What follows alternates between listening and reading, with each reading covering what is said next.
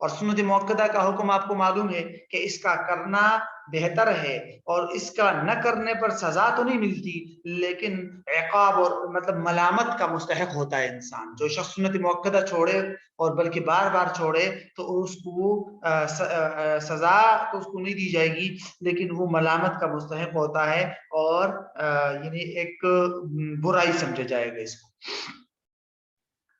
دوسری قسم ہے، اس کو کہتے ہیں یعنی ندب کی دوسری قسم، اس کو سنت الزائدہ یا سنت غیر مؤکدہ کہتے ہیں۔ اس سے مراد وہ فعل ہے جو آپ صلی اللہ علیہ وسلم نے ہمیشہ پابندی کے ساتھ نہ کیا ہو، بلکہ کبھی ترک کیا، کبھی کیا، کبھی چھوڑ دیا، کبھی کیا۔ جیسے سنت غیر مؤکدہ ہے نا، عصر کی 4 فرض رکعات سے پہلے جو 4 سنتیں ہوتی ہے وہ سنت غیر مؤکدہ ہے، ٹھیک ہے۔ اسی طرح جو ہے دیگر بھی سنت غیر مؤکدہ موجود ہے، اور اس کا حکم بھی یہی ہے کہ بھئی اس کو آپ کرے تو اچھی بات ہے، نہ کرے تو انسان سزا کا مستحق نہیں ہوتا بلکہ ملامت کا بھی مستحق نہیں ہوتا۔ تیسری قسم جس کو علماء نے فضیلت یا آداب، اصول فقہ میں بعض نے اس کو فضیلت کہا ہے، بعض نے اس کو آداب کہا ہے، بلکہ بعض نے اسی کو یہ تیسری قسم کو سنت زائدہ کہا ہے۔ یہ دوسری قسم کو سنت زائدہ بعض نے کہا ہے، اکثر نے تیسری قسم کو سنت زائدہ کہا ہے۔ تو سنت مؤکدہ، سنت غیر مؤکدہ اور سنت زائدہ، ٹھیک ہے۔ اس کا مطلب ہوتا ہے کہ جو وہ اعمال، وہ افعال جو آپ صلی اللہ علیہ وسلم نے بطور عادت کے کیے ہیں، مثلا کھانے میں آپ صلی اللہ علیہ وسلم کے خاص طریقہ، پینے میں، سونے میں، بیٹھنے میں، اٹھنے میں، پانی پینے میں وغیرہ وغیرہ، کپڑے پہننے میں آپ صلی اللہ علیہ وسلم نے جو طریقہ کار اپنایا ہے، تو یہ جو عادات سے متعلق امور ہے یہ کہلاتے ہیں سنت زائدہ، فضیلت یا آداب۔ اگر کوئی شخص یہ کرتا ہے اور آپ صلی اللہ علیہ وسلم کی اتباع میں کرتا ہے تو بے شک اس میں ثواب بھی ہے، ٹھیک ہے، اور بڑے اجر کی بات ہے۔ اگر کوئی شخص اس کو چھوڑتا ہے تو وہ نہ ملامت کا مستحق ہوگا، نہ عتاب کا مستحق ہوگا، یعنی اس پر کسی قسم کی کوئی برائی بھی نہیں سمجھی جائے گی اس کو۔ تو یہ ہے ندب کی اقسام۔ 2 باتیں مزید سمجھ لیجئے۔ ایک تو یہ کہ علماء کہتے ہیں کہ یہ جو آدمی مندوبات پہ عمل کرتا ہے نا، ان چیزوں پہ، ٹھیک ہے، تو اللہ تعالیٰ اس کے لیے اس فرض کی ادائیگی اور واجبات کی ادائیگی آسان کر دیتا ہے۔ تو یہ جو مندوبات، سنت اور یہ چیزیں ہیں جو آدمی ان پہ عمل کرتا ہے، اس کی وجہ سے انسان فرائض اور واجبات میں کوتاہی نہیں کرتا، اس کی فرائض اور واجبات کمپلیٹ ہو جاتے ہیں مکمل طور پر، یعنی وہ عمل اس کے لیے آسان ہو جاتا ہے۔ اور دوسری بات یہ ہے کہ یہ جو سنن وغیرہ ہے، مندوبات کی اقسام ہیں، یہ انفرادی طور پر اکا دکا کبھی چھوٹ جائے تو کوئی بات نہیں، لیکن اجتماعی طور پر اس کو مکمل طور پہ چھوڑنا یہ علماء نے لکھا ہے کہ جائز نہیں ہے، کہ آپ مکمل طور پہ ہی سنت پہ عمل کرنا چھوڑ دیں، مسلسل اپنی عادت بنا لے، یا معاشرے کا اجتماعی طور پر لوگوں کا یہ عمل ہو جائے کہ وہ سنن پہ عمل نہ کرنے لگے، تو ایسی صورت میں علماء نے لکھا ہے کہ عتاب ہی نہیں بلکہ زجر و تعدیب کے بھی لوگ مستحق ہوں گے جو لوگ اس طرح کرتے ہیں۔ بہرحال یہ ندب سے متعلق تفصیلات تھی۔ اب آتے ہیں ہم چوتھی قسم تحریم کی طرف۔ یہ حکمی تکلیفی کی چوتھی قسم ہے، اس کو کہتے ہیں تحریم، یعنی حرام، محرم، ٹھیک ہے۔ تحریم کی تعریف کیا ہے یا حرام کی تعریف کیا ہے؟ تحریم اور حرام ایک ہی چیز ہے۔ تحریم جو ہے فعل کا نام ہے، حرام جو ہے اس عمل کو کہتے ہیں۔ وہ فعل جس سے بچنے کا اور جس کو نہ کرنے کا حتمی اور لازمی طور پر شریعت نے مطالبہ کیا ہو، اس کو کیا کہتے ہیں؟ تحریم، ٹھیک ہے۔ وہ فعل جس کے نہ کرنے اور جس سے بچنے کا شریعت نے مطالبہ کیا ہو، لیکن یہ مطالبہ لازمی اور ضروری ہو کہ تمہیں ضروری طور پر یہ کام نہیں کرنا، تمہارے اوپر لازم ہے کہ یہ کام مت کرو۔ پھر دیگر فقہا یہ شرط نہیں لگاتے حرام کے اندر کہ اس کی دلیل قطعی ہونی چاہیے، یقینی دلیل ہونی چاہیے، جیسے قرآن کی آیت جو قطعی الدلالہ بھی ہو اور سنت متواترہ وغیرہ، یہ شرط نہیں لگاتے۔ لیکن حنفیہ یہ شرط لگاتے ہیں، جس طرح فرضیت میں حنفیہ نے لگائی تھی۔ تو حنفیہ کہتے ہیں حرام صرف اسی کو کہیں گے جس کی دلیل قطعی ہو، جیسے قرآن کی آیت ہے یا سنت متواترہ ہے۔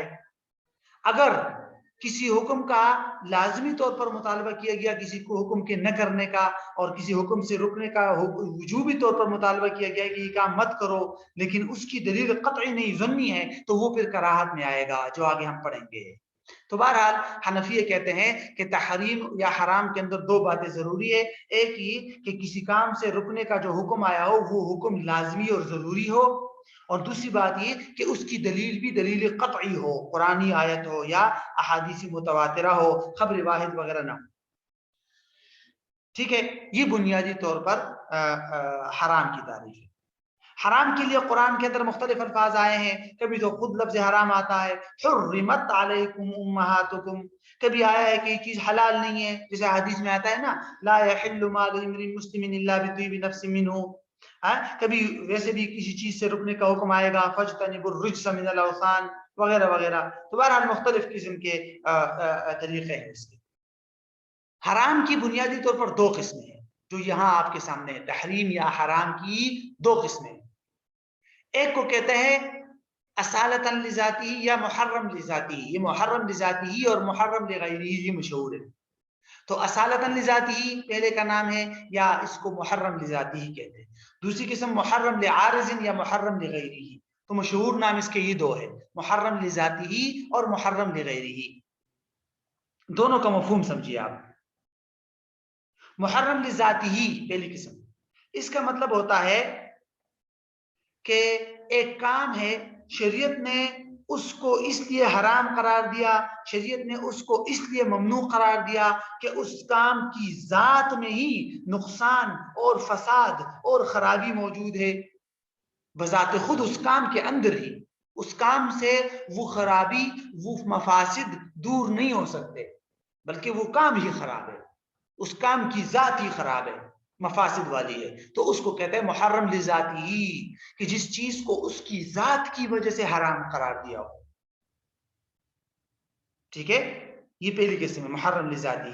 مثال کے طور پر زنا ہے، تو زنا کی بذات خود زنا کی ذات میں ہی حرام مطلب خرابی ہے، فساد ہے۔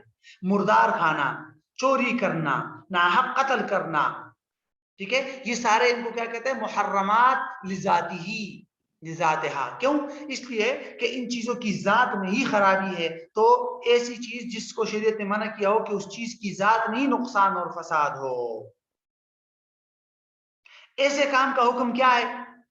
محرم لذاتی کا حکم یہ ہے کہ یہ کبھی حلال نہیں ہو سکتے، مکلف کے لیے اس طرح کے کام کرنا قطعاً حرام ہے، انسان کوئی بھی اس طرح کے کام نہیں کر سکتا، اگر کرے گا تو وہ دنیاوی اعتبار سے بھی سزا کا مستحق ہوگا اور اخروی اعتبار سے بھی۔ ہاں یہ الگ بات ہے کہ یہ جو محرمات لذاتی ہی ہے، ان میں سے بعض، سارے نہیں، بعض کی شریعت نے رخصتیں دی ہے سخت مجبوری میں۔ مثال کے طور پر مردار کھانا حرام ہے، لیکن بھوک سے انسان مر رہا ہو اور کچھ بھی نہ ملے تو جان بچانے کے لیے وہ بقدر ضرورت مردار کھا سکتا ہے۔ لیکن زنا، کسی کو جان بوجھ کر قتل کرنا، یہ چیزیں سخت مجبوری میں بھی جائز نہیں ہے، اس کی کبھی بھی اجازت نہیں دی گئی شریعت میں۔ ٹھیک ہے، تو بعض محرمات کی شریعت نے سخت مجبوری میں اجازت دی ہے۔ دوسری قسم محرم لعارض یا محرم لغیرہ، اس کا مطلب ہوتا ہے کہ وہ کام یا وہ چیز جو اصلاً اور ذات کے اعتبار سے جائز ہونا چاہیے، اس کی ذات میں کوئی خرابی نہیں ہے، اس کام کی ذات میں کوئی خرابی نہیں ہے، وہ جائز ہونا چاہیے، لیکن اس میں جو خرابی آئی ہے، اس میں جو نقصان آیا ہے، وہ کسی خارجی وجہ سے آیا ہے، کسی اور وجہ سے آیا ہے،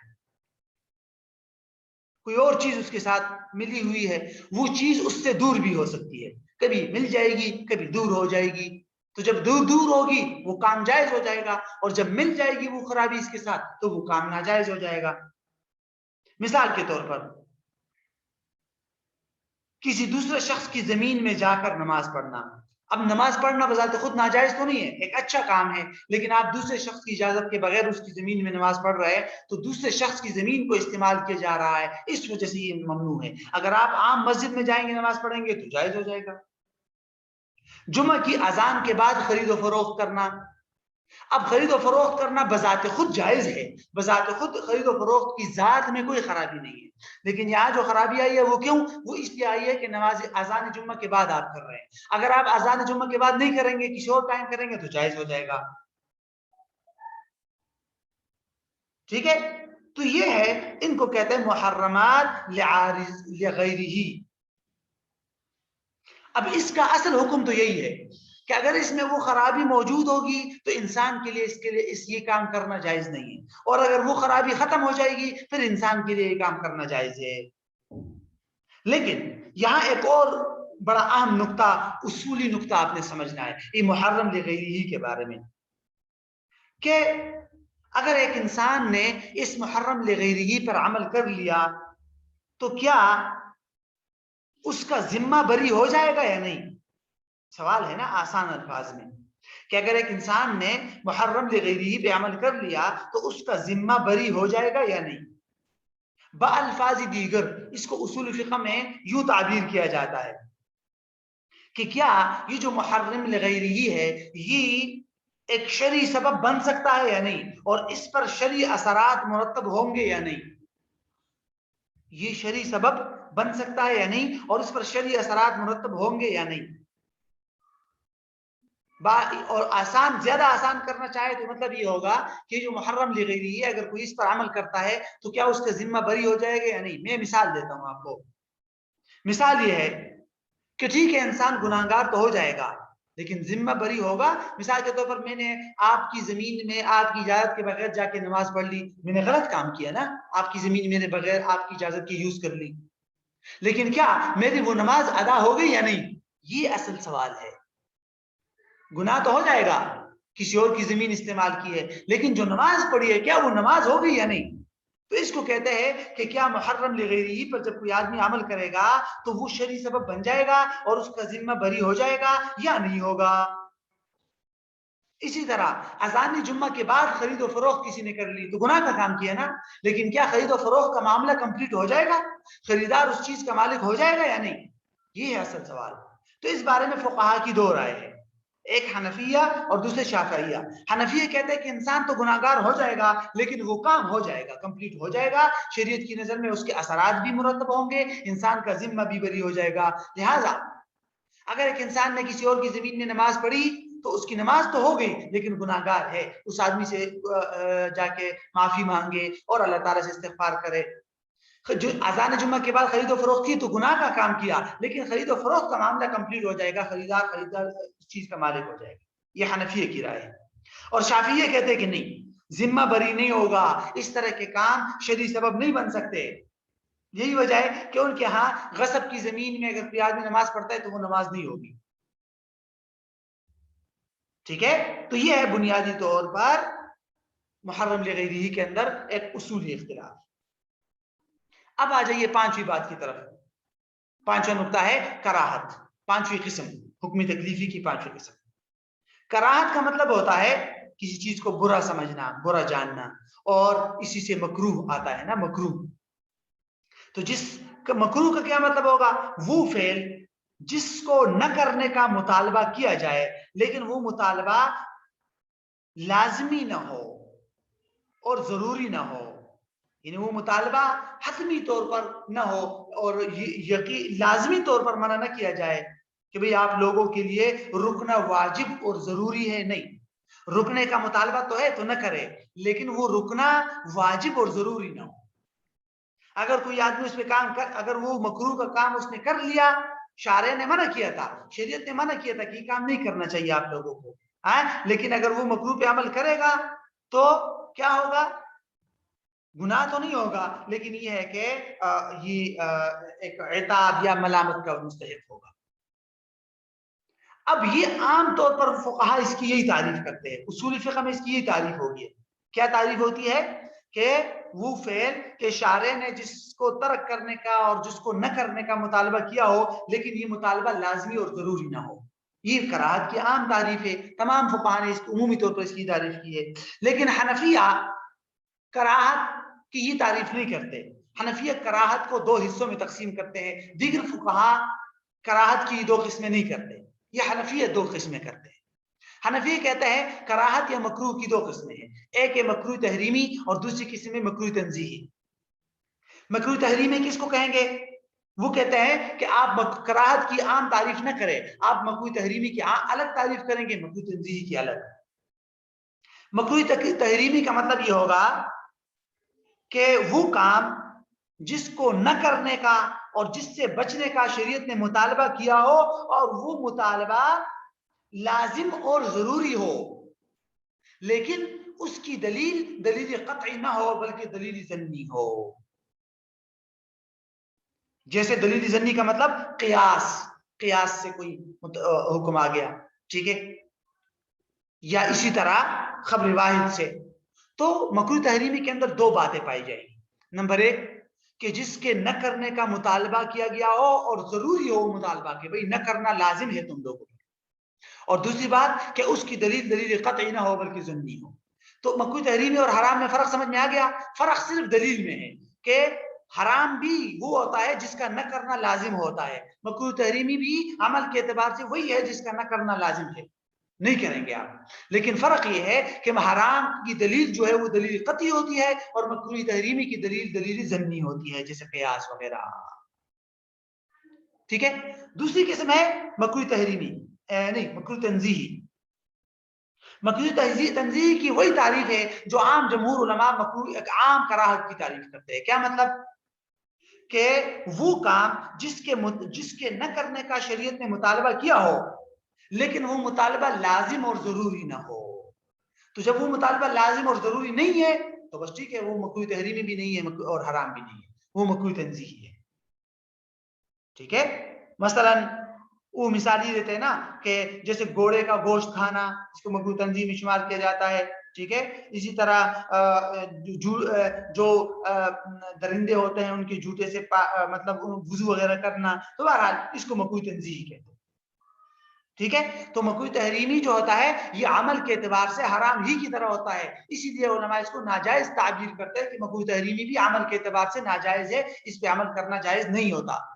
ہاں مکروہ تنزیہی جو ہے اس کو ناجائز نہیں کہتے، اس کو خلاف اولا کہیں گے، جو آدمی مکروہ تنزیہی والا کام کرے گا وہ خلاف اولا ہوگا، ٹھیک ہے۔ تو جو اختلاف حنفیہ کا فرضیت اور ایجاب میں تھا اسی طرح اختلاف حنفیہ کا تحریم اور کراہت میں ہے عام علماء کے ساتھ، ٹھیک ہے۔ اب آ جائیے مباح کی طرف، یہ جو اس طرف ہے یہ ان تمام اقسام کا خلاصہ ہے، نمبر 6، یہ 6 اقسام کا۔ تو اباحت کی طرف آتے ہیں۔ مباح کا کیا مطلب ہوگا؟ مباح اس عمل کو کہیں گے، اباحت یا مباح اس جس کو حلال بھی کہتے ہیں، جس کے کرنے اور نہ کرنے میں انسان کو شریعت نے اختیار دیا ہو کہ آپ کرے تو بھی آپ کی مرضی، آپ نہیں کرے تو بھی آپ کی مرضی، اور اس میں کرنے یا نہ کرنے پر کوئی مذمت، کوئی اچھائی، کوئی ثواب وغیرہ نہ ہو، ٹھیک ہے۔ تو مباح کے بارے میں شریعت کے کئی الفاظ آتے ہیں قرآن میں، مثلا الیوم احل لکم الطیبات، ہے نا۔ اسی طرح کبھی کبھی آیا ہے کہ فلا اسم علیہ، کوئی گناہ نہیں ہے، لا جناح علیکم، کوئی حرج نہیں ہے اگر آپ یہ کام کریں گے، ٹھیک ہے، لیس علی الاعمى حرج وغیرہ وغیرہ۔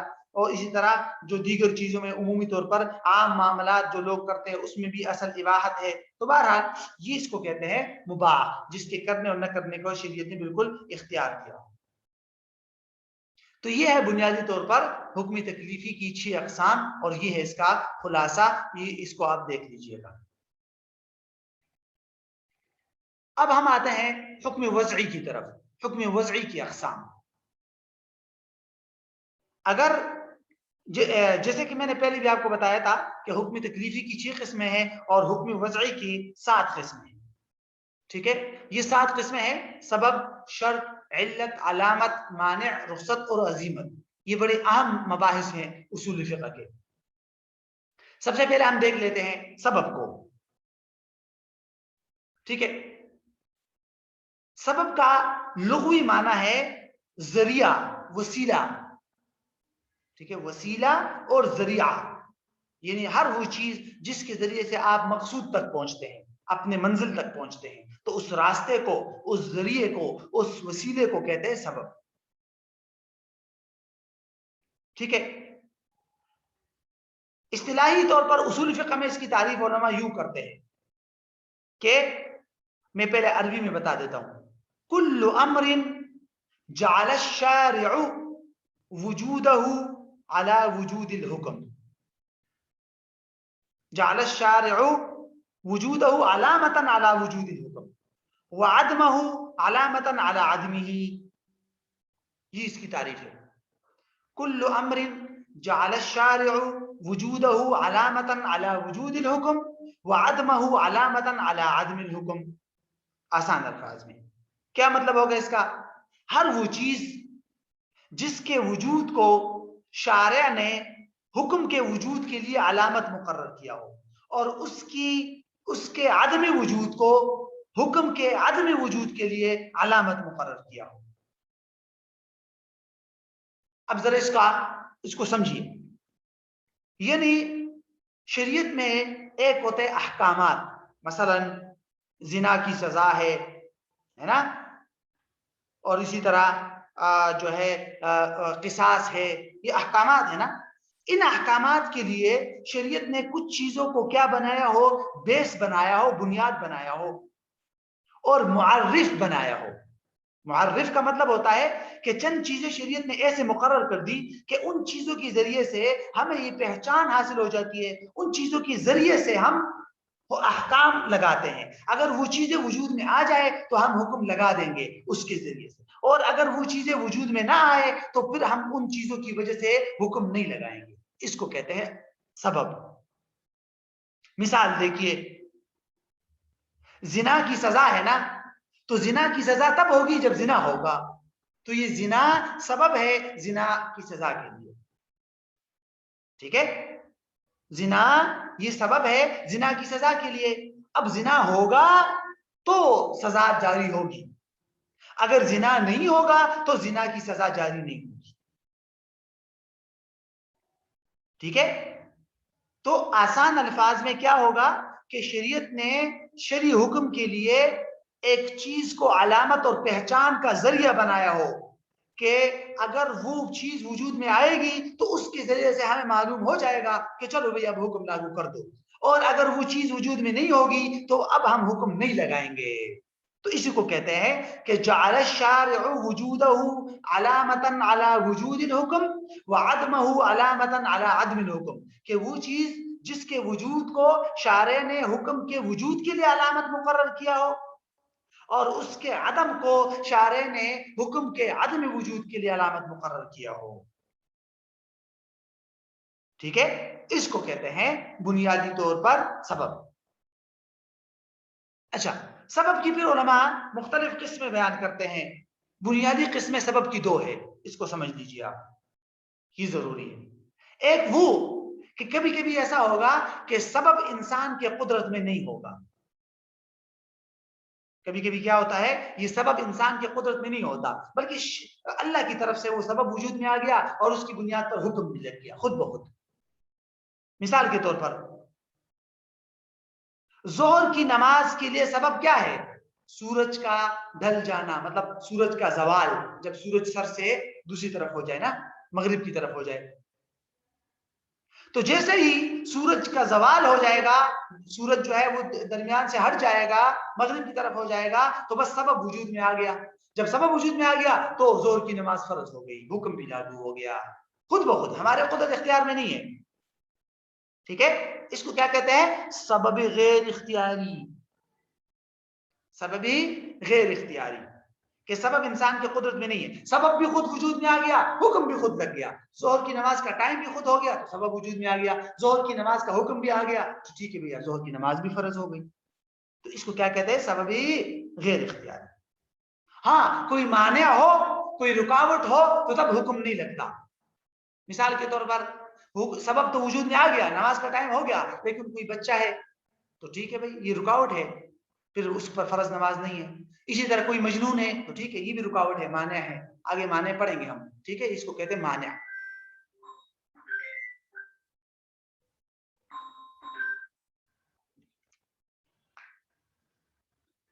تو یہ سبب کی پہلی قسم ہے، اس کو کہتے ہیں سبب غیر اختیاری. دوسری قسم ہے سبب اختیاری. سبب اختیاری کا مطلب ہوتا ہے وہ سبب جو انسان کے اختیار میں ہو. انسان خود اس پر عمل کرے گا تب حکم لاگو ہوگا. انسان عمل نہیں کرے گا تو سبب وجود میں نہیں آئے گا. جب سبب وجود میں نہیں آئے گا تو حکم بھی نہیں ہوگا. مثال کے طور پر جیسے ابھی مثال ہم نے دے دی زنا. اگر زنا ہوگا تو حکم لگے گا نا سزا کا. تو یہ زنا انسان کے اختیار میں ہے, کرے گا تو ٹھیک, نہیں کرے گا تو سزا نہیں ہوگی. یا سفر دیکھ لیجئے, قصر جو نماز قصر ہے ہم پڑھتے ہیں نا 4 رکعت کو 2 رکعت کر کے, تو یہ حکم ہے نا, اس قصر کا حکم کس پر ڈیپینڈ کرتا ہے, کس سبب پر, سفر پر. اگر آپ سفر کریں گے تو تب قصر کریں گے, سفر نہیں کریں گے تو قصر نہیں کریں گے. انسان کے اختیار میں, تو اس کو کہتے ہیں سبب اختیاری. سبب کی اور بھی علماء نے مختلف قسمیں وغیرہ بیان کی ہے, بہرحال وہ بعد میں دیکھیں گے. یہاں ایک چھوٹی سی بات سمجھنی ہے, وہ یہ کہ میں نے آپ کو بتایا, یا اس کو بعد میں دیکھ لیتے ہیں. یہاں ابھی اگر میں نے آپ کو بتا دیا کہ سبب اور علت میں کیا فرق ہے تو پھر آپ کو ذہن مشوش ہو جائے گا. اب ہم شرط کی تعریف کریں گے تو شرط اور سبب میں پھر ہم فرق دیکھ لیں گے. پھر جب میں علت کی تعریف کروں گا تو علت کو میں شرط اور سبب دونوں سے الگ کر کے بتا دوں گا کہ علت اور شرط اور سبب میں کیا فرق ہے. ٹھیک ہے, سبب کے بارے میں بس اتنی باتیں آپ جان لیں تو کافی. اب دوسری بات کی طرف آئیے, شرط. شرط کا کیا مطلب ہے؟ شرط لغت میں کس کو کہتے ہیں, علامت کو نا, نشانی. لیکن اصول فقہ میں شرط کا کیا مطلب ہے؟ ٹھیک ہے, اصول فقہ کا مطلب ہوتا ہے کہ وہ چیز جس چیز کے وجود پر دوسری چیز کا وجود موقوف ہو, لیکن یہ چیز اس دوسری چیز کے حقیقت سے, اس دوسری چیز کی حقیقت سے خارج ہو. اسی طرح اس کے وجود سے دوسری چیز کا وجود خود لازم نہ آئے, لیکن اس کے عدم وجود سے دوسری چیز کا عدم لازم آئے. آپ کہیں گے اتنی لمبی تعریف ہو گئی. 2 باتیں آپ سمجھ لیں گے تو آپ کو شرط کی اصول فقہ والی تعریف سمجھ میں آ جائے گی. اصول فقہ میں شرط کس کو کہتے ہیں؟ 2 نکات آپ جمع کریں گے, ان دونوں پوائنٹ کا مجموعہ شرط کی تعریف ہے.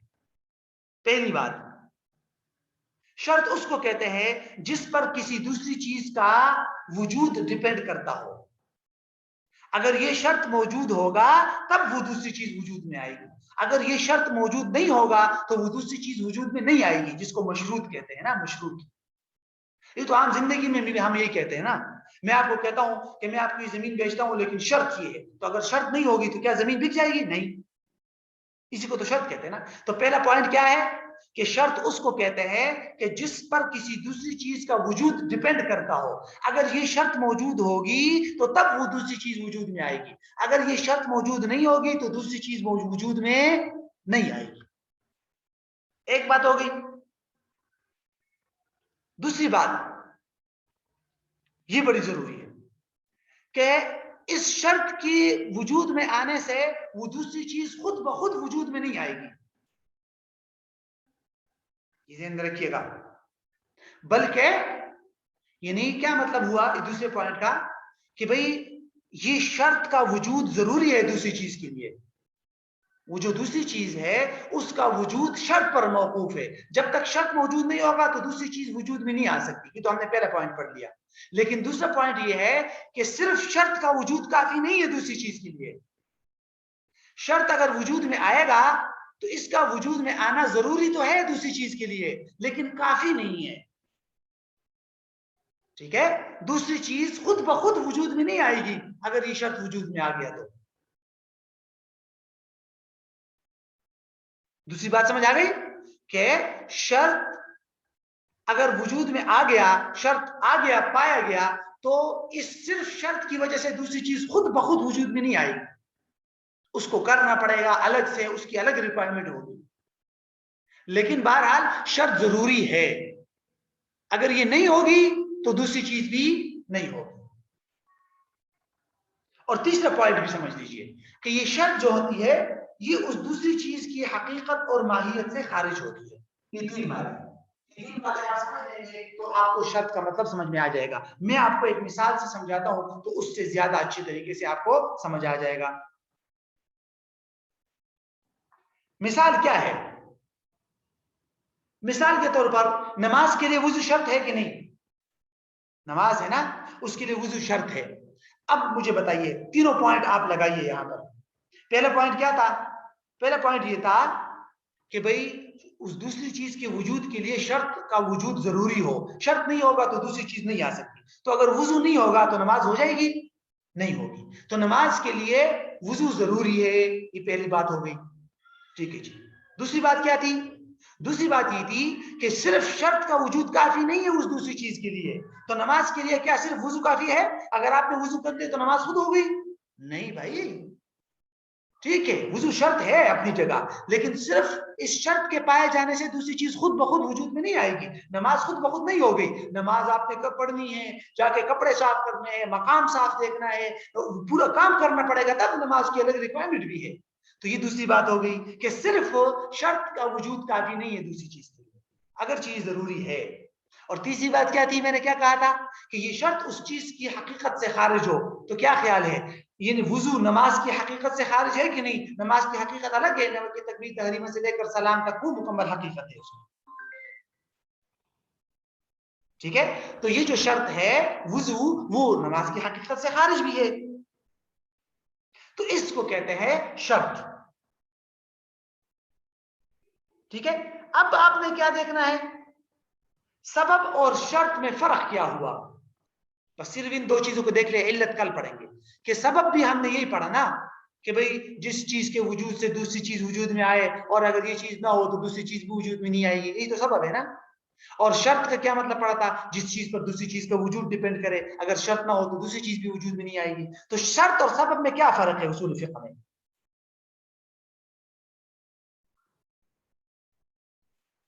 وہ یہ ہے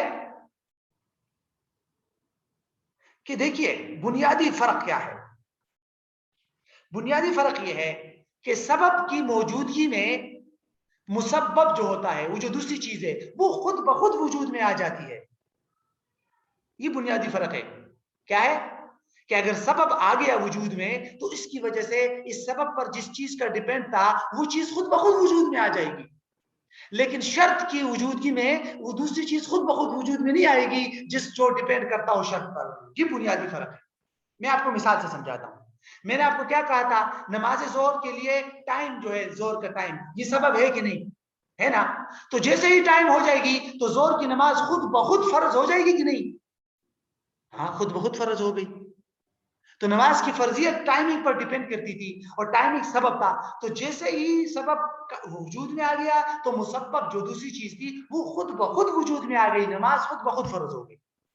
لیکن شرط کی موجودگی میں دوسری چیز خود بخود وجود میں نہیں آئے گی. جیسے وضو ہے، نماز ہو گئی، وضو ہو گیا تو نماز خود بخود نہیں ہوئی، نماز کو کرنا پڑے گا. تو ان دونوں میں بنیادی فرق یہی ہے. ورنہ اس حد تک دونوں ایک جیسے ہیں کہ اگر یہ دونوں نہ ہو تو وہ دوسری چیز وجود میں نہیں آئے گی. سبب نہ ہو تو دوسری چیز نہیں ہوگی. مثلا ظہر کی نماز کا ٹائم نہ ہو تو نماز نہیں ہوگا. اسی طرح شرط نہ ہو تو دوسری چیز نہیں ہوگی. مثلا وضو نہیں ہے تو نماز نہیں ہوگا.